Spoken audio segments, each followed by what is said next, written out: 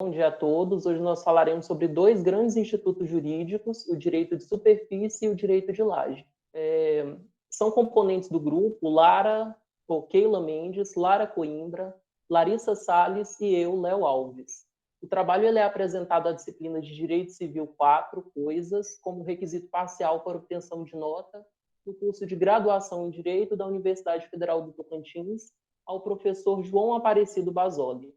O objetivo do nosso trabalho é examinar os principais contornos existentes no Instituto do Direito de Superfície e do Direito de Laje, reverberando acerca da origem histórica e sua evolução na contemporaneidade, bem como, de modo pragmático, ou seja, objetivo, clarificar a conceituação trazida pela doutrina, demonstrando as principais características, os meios de concepção, transmissibilidade e extinção, sob a ótica da legislação moderna, a doutrina e a jurisprudência, tendo como base o método de pesquisa documental bibliográfico, a partir de uma análise direta, sistêmica e em equipe. Para que a gente possa compreender melhor esse instituto jurídico, nós devemos realizar um exame do princípio da ascensão, que está disciplinado lá no artigo 1253, e vai dizer que toda e qualquer construção ou plantação existente em um determinado terreno, ele presume-se feita pelo proprietário e à sua custa, até que se prove o contrário. O direito de superfície ele vai se dar como uma pausa desse princípio. O professor Ricardo Pereira Lira, diz que o direito de superfície ele é substancialmente uma suspensão ou uma interrupção da eficácia do princípio da ascensão. Vejamos, a definição que é trazida pelo artigo 1369 do Código Civil, que está exposto no slide, vai dizer que o proprietário ele pode conceder ao outrem o direito de construir ou de plantar em seu terreno por um tempo determinado, mediante escritura pública devidamente registrada no cartório de registro de imóveis. De forma clara, a gente vai observar uma interrupção à uma regra presente lá no direito clássico romano, superfície solo cedit, que dizia que tudo que era plantado ou edificado no solo passava a integrá-lo e seria de pertencimento daquele proprietário, e que não poderia ser objeto de transferência se não estivesse junto àquele solo.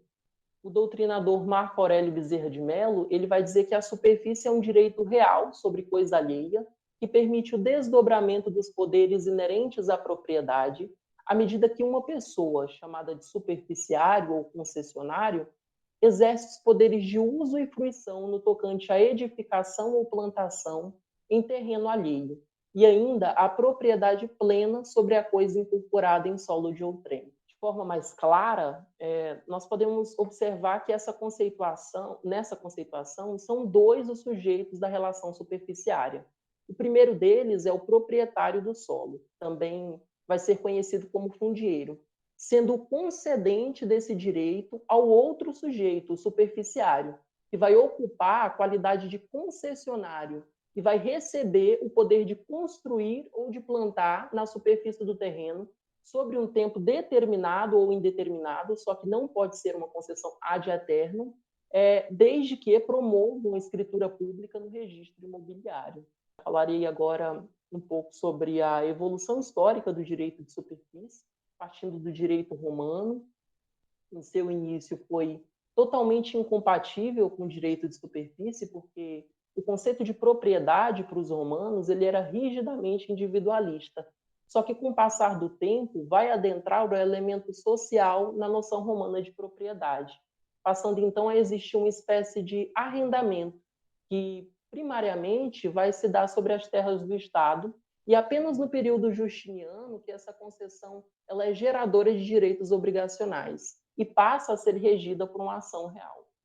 No entanto, a ideia de ter construções e plantações sendo consideradas propriedades autônomas só vai existir no feudalismo, lá na Idade Média. Isso vai romper com o tradicional princípio já mencionado, superfície de solo cede. E nesse período vai se difundir um pensamento que admitia a separação da propriedade, a de direito nas mãos do senhor feudal e a de fato nas mãos dos vassalos.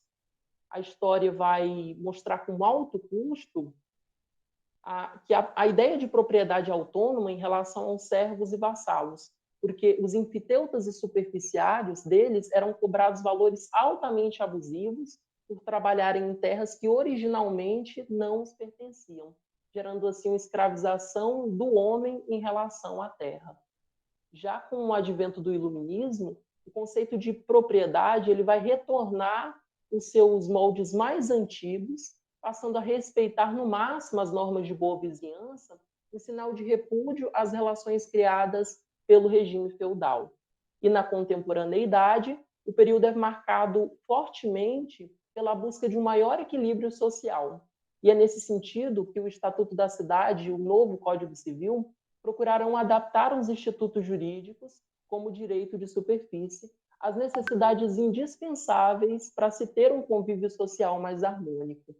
Tanto que aboliu-se a enfiteuse e trouxe de volta o direito de superfície com o objetivo de melhor ocupar os espaços e possibilitar que mesmo aqueles que estão desprovidos de recursos possam também construir ou plantar, ainda que sem terrenos próprios, garantindo o direito a cidades mais sustentáveis, especialmente quanto ao direito da terra urbana e à moradia, facilitando assim a vida das presentes e futuras gerações. Agora eu vou falar um pouco sobre a fundamentação do direito de superfície.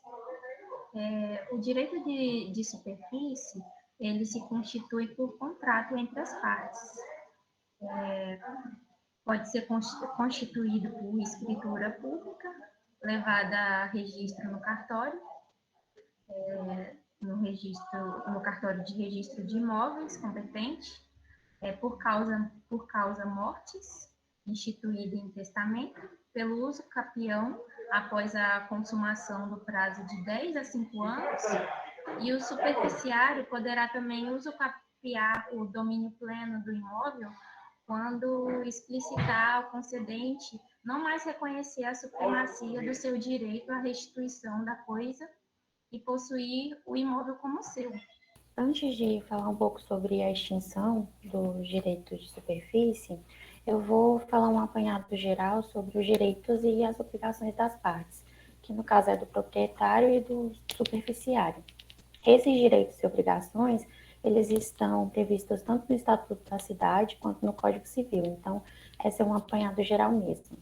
Os direitos do proprietário do solo, como a gente pode comentar aqui, alguns que eu fiz o apanhado que são mais interessantes em falar, é que o solo e o terreno, eles são de posse do proprietário, enquanto não foi iniciada a construção ou plantação. Outro é que o proprietário pode continuar a utilizar a região do solo que não está ocupada pela construção, sem que isso atrapalhe o superficiário. Entretanto, esse uso deve ser estabelecido no contrato. Outra coisa também que é importante comentar é que o proprietário tem o direito de receber o pagamento pela concessão, caso ela tenha sido ajustada. Tem o direito de exercer o direito de preferência na aquisição da superfície. Ele também tem o direito de proceder à resolução da superfície antes do advento do termo, se ela for temporária, se o superficiário não edificar ou plantar no tempo aprazado, ou se edificar em desacordo com o convencionado, ou ainda se der destinação diversa daquela originalmente concedida, ou construir gravanos reais sobre o solo. Aqui também tem alguns direitos do superficiário, que é de utilizar a superfície do solo de outrem nos termos do contrato firmado, usar, gozar ou dispor da construção ou plantação superficiária como coisa sua, separado da propriedade do solo, onerar com ônus reais a construção ou plantação que se extinguirem com o termo final da concessão da propriedade superficiária, exercer o direito de preferência na aquisição do solo, caso o proprietário pretenda aliená-la a título oneroso, e também ele tem o direito de reconstruir a edificação ou refazer a plantação em caso de perecimento. Agora tem algumas obrigações do proprietário do solo e também do superficiário. A primeira que a gente pode comentar é que não praticar os atos que impeçam ou prejudiquem a concretização ou exercício do direito de superfície e dar preferência ao superficiário na aquisição da propriedade do solo, caso que este se faça a título oneroso. E algumas das obrigações do superficiário, que podemos citar aqui, é pagar remuneração ajustada, no caso de acordo ter sido pactuado de forma onerosa, construir ou plantar de acordo com o acordado, pagar os encargos e tributos que incidirem sobre a obra superficiária e sobre o solo, conservar a obra superficiária, dar preferência ao proprietário do solo à aquisição da superficiária, caso aliene a título oneroso. Está previsto no Código Civil dos artigos 1373 a 1375, falando sobre a extinção desse direito. Inicialmente, no artigo 1373, diz que, em caso de alienação do imóvel ou direito de superfície, o superficiário ou proprietário tem o direito de preferência, em igualdade de condições, como eu havia comentado lá nos direitos. Também no artigo 1374, diz que antes do termo final, resolver-se a concessão se o superficiário der ao terreno destinação diversa daquela para que foi concedida, que é justamente o que está no slide, que é um dos casos de extinção do direito de superfície. A utilização do direito de superfície permite, por exemplo, a concessão em favor de determinada pessoa ou empresa do direito de construir determinado edifício comercial para fins de locação para o proprietário ou até mesmo para terceiros. Nessa hipótese, seria possível conceder-se em favor do proprietário e do superficiário o rateio dos aluguéis de acordo com o percentual estipulado na escritura. Estabelecido o direito de superfície e devidamente registrado no cartório de registros, será o superficiário responsável pelo pagamento dos encargos e tributos incidentes sobre esse imóvel, seja no solo, seja na superfície, salvo se o contrato, que é a escritura, dispuser de outra forma. Como eu havia falado, em caso de alienação do imóvel ou do direito de superfície, o superficiário ou proprietário ele tem o direito de preferência, então em iguais termos e condições, oferecendo o mesmo valor e a mesma forma de pagamento que terceiro. É possível também a constituição de hipoteca ou alienação fiduciária de imóvel sobre o solo ou a superfície, sendo que o ônus ele nunca atingirá o direito real do proprietário, quando constituído pelo superficiário e também vice-versa. No artigo 1374 do Código Civil, ele diz que poderá ser feita a concessão se o superficiário se der ao terreno destinação diversa daquela estipulada em contrato. Por exemplo, construir um estacionamento ao invés de um prédio comercial conforme previamente estabelecido. Outras hipóteses também que o direito de superfície será extinto é a seguinte: a primeira é no término do prazo, porque ele nunca vai ser perpétuo. A segunda, no perecimento do solo, que na extinção. A terceira, na desapropriação, que é quando o poder público, ele mediante prévia declaração de necessidade, de utilidade ou interesse, ele impõe ao proprietário a perda de um bem, mas ele substitui esse bem por forma de indenização. E no artigo 1376 fala sobre isso. Fala que no caso de extinção do direito de superfície, em consequência da desapropriação, a indenização cabe ao proprietário e ao superficiário, e o valor dessa indenização é correspondente ao direito real de cada um. Outra forma de extinção é o distrato, que é a rescisão ou anulação de um contrato que foi anteriormente pactuado entre as partes, a renúncia e, por último, a reunião na mesma pessoa da qualidade de proprietário do solo e do superficiário. Extinto o direito de superfície em quaisquer uma dessas hipóteses, o proprietário do solo ele recuperará o pleno domínio sobre o terreno, inclusive incorporando as benfeitorias e as cessões realizadas. E não cabe direito de indenização, salvo se estiver expressamente estipulado. No artigo 1375, ele versa justamente sobre isso, que quando há essa extinção, o proprietário passará a ter plena propriedade sobre o terreno, para construção ou plantação, independente de indenização. E como a gente observa no artigo que versa sobre o direito de superfície, a gente vê que o Instituto do Direito de Superfície ele permite uma liberdade maior entre o contratante e o contratado, entre o superficiário e o proprietário desse determinado solo, dessa determinada superfície. Então, ele é muito abrangente, ele é muito maleável do que diz respeito à legislação, desde que previamente acordado todos os termos entre o proprietário e o superficiário. Agora a gente fala um pouco sobre o direito de laje. O direito de laje ele é um novo instituto inserido no nosso ordenamento jurídico. Ele foi constituído inicialmente em forma de medida provisória, no ano de 2016, e foi posteriormente inserido na Lei 13.465, de 2017, que foi inserido no rol taxativo dos direitos reais do nosso Código Civil.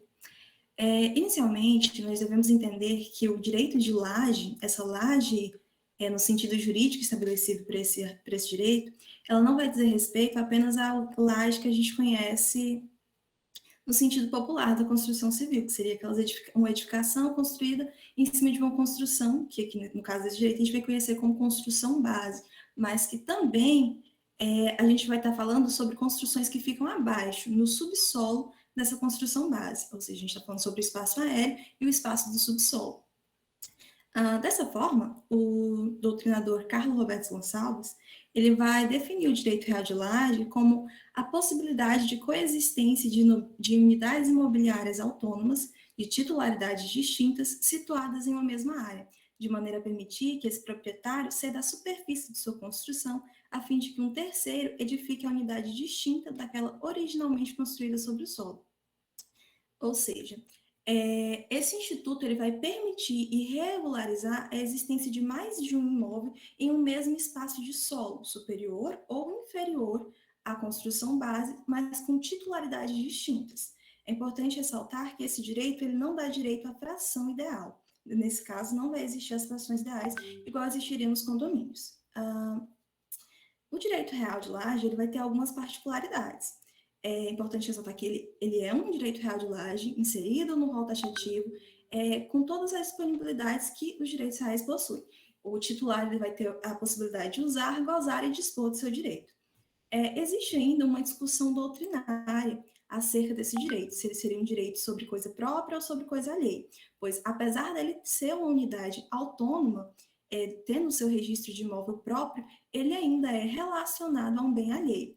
Então, alguns doutrinadores vão definir ou como uma coisa ou como outra, mas independente, ele é como se fosse um direito independente relacionado a um bem alheio. Um direito sobre coisa própria, mas relacionado a um bem alheio. Esse direito ele é uma espécie do gênero regularização fundiária, ele vem nessa lei 3.465, que é uma lei que versa sobre regularização fundiária, especialmente no caso do direito de laje, uma regularização fundiária urbana. Esse direito também é um desdobramento do direito de superfície, pois até a medida provisória de 2016 eram utilizada a legislação específica do direito de superfície aplicada a essas situações em que existiam essas lajes, no caso. Um pré-requisito para que se tenha necessariamente esse direito de laje é o acesso próprio. Ele só pode vir a existir o direito de laje se tiver como ter um acesso próprio às vias urbanas dessa laje, tanto superior ou inferior, a necessidade de uma matrícula autônoma no registro de imóveis. Eu só posso ter esse direito de laje constituído para esse titular se tiver a matrícula autônoma, e é interessante ressaltar que esse só pode existir o direito de laje se a propriedade originária for juridicamente regular. Se ela não for, não tem como estabelecer esse direito. Uma outra possibilidade interessante acerca do direito de laje é a possibilidade das lajes sucessivas, que era vedado até então pela medida provisória, mas que com a lei é uma possibilidade, contanto que com autorização expressa do titular da propriedade base e respeitando as regras urbanísticas de cada município, e também desde que não ponha em risco a segurança do imóvel e nem cause dano, é isso. Uma situação interessante de a gente vislumbrar acerca do direito de laje é a função social. Apesar de não ser uma obrigatoriedade, normalmente a laje é muito voltada para fins de moradia, e traz uma visibilidade muito interessante sobre um problema social existente, né? Normalmente a gente vai encontrar lajes ou os famosos puxadinhos em situações, em localidades onde tem uma situação de vulnerabilidade, normalmente em localidades favelizadas. Esse é um direito que surge do próprio fato social e traz essa visibilidade para esse fato muito preocupante.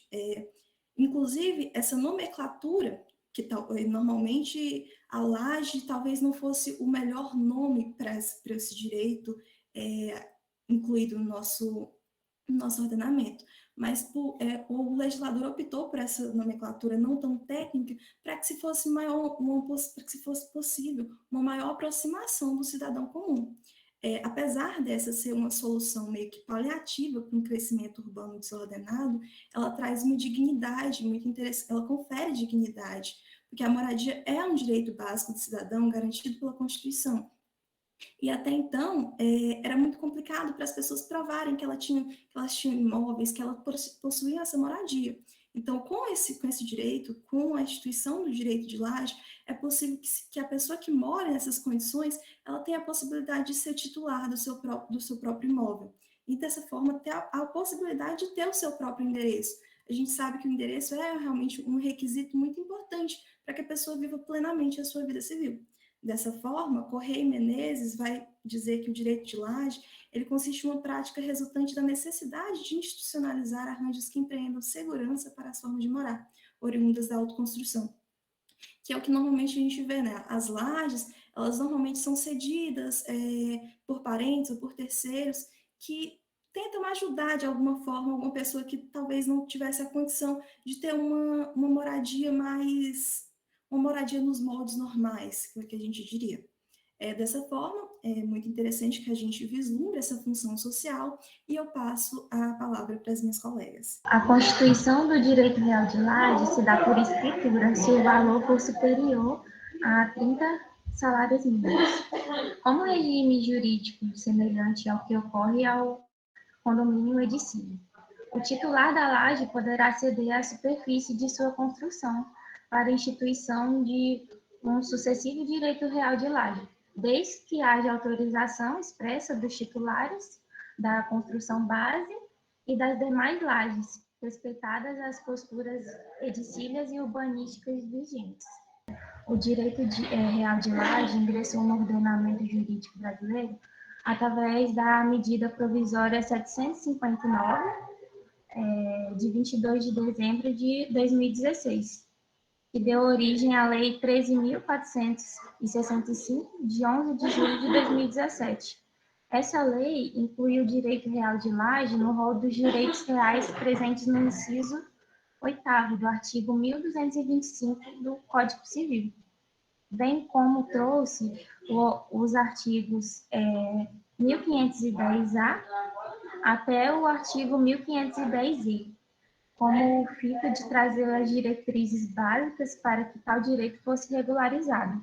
Aí tem outros artigos que são importantes a gente ver, que são os dos reparos na laje, artigo 1510-B e artigo 1510-C do Código Civil, e do direito de preferência, que se encontra no artigo 1510-D do Código Civil. Aqui eu gostaria de ler uma análise feita pelo relator ministro Salomão.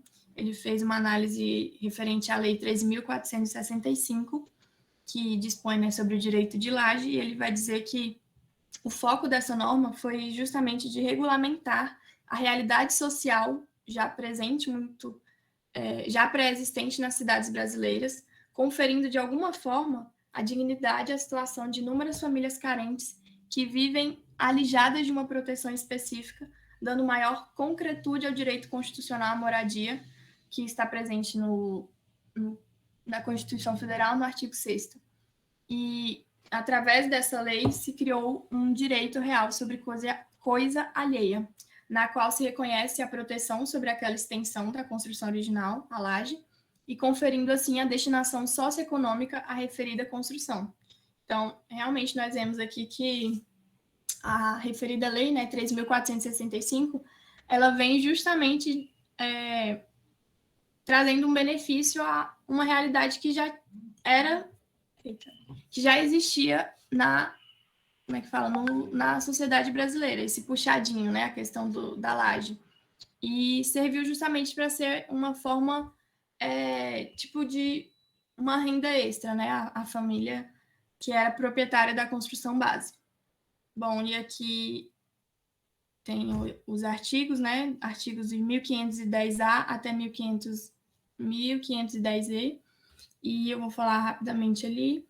No 1510-A, ele vai dispor sobre o registro de contrato. No primeiro parágrafo, ele vai descrever que o direito de laje ele vai contemplar o espaço aéreo ou subsolo de terrenos públicos e privados, No parágrafo 2, ele dispõe que o cessionário ele vai responder pelos encargos e tributos que incidem sobre a unidade, fica sob responsabilidade de quem estiver ali usufruindo da laje.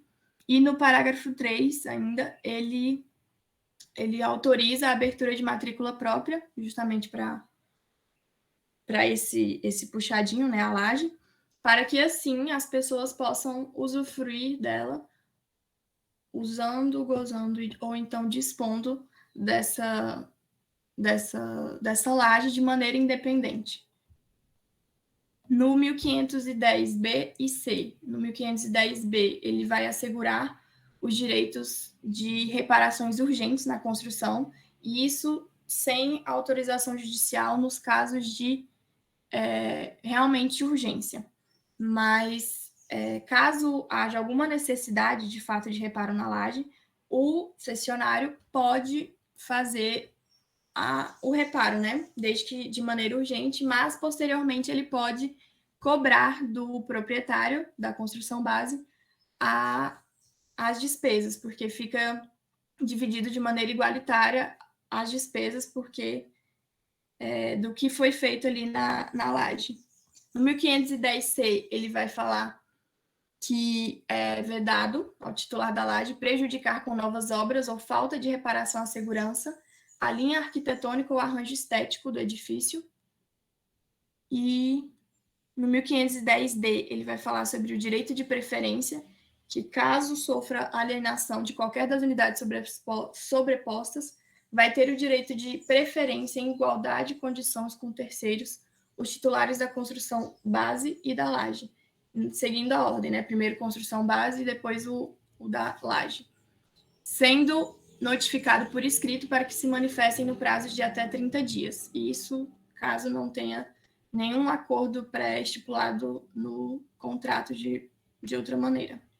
E finalizando o 1510E, ele vai falar sobre a extinção do direito de laje, que ocorre em duas situações. A primeira, se foi instituído sobre o subsolo, e a segunda, se a construção base não for reconstruída no prazo de até 5 anos. E ele vem trazendo um parágrafo único que diz que isso não afasta o direito à eventual reparação civil contra o culpado pela ruína. E aqui ficam as referências que nós utilizamos. Utilizamos isso, Carlos Roberto Gonçalves, Maria Helena de Lis, Flávio Tartucci e alguns artigos que pegamos por fora.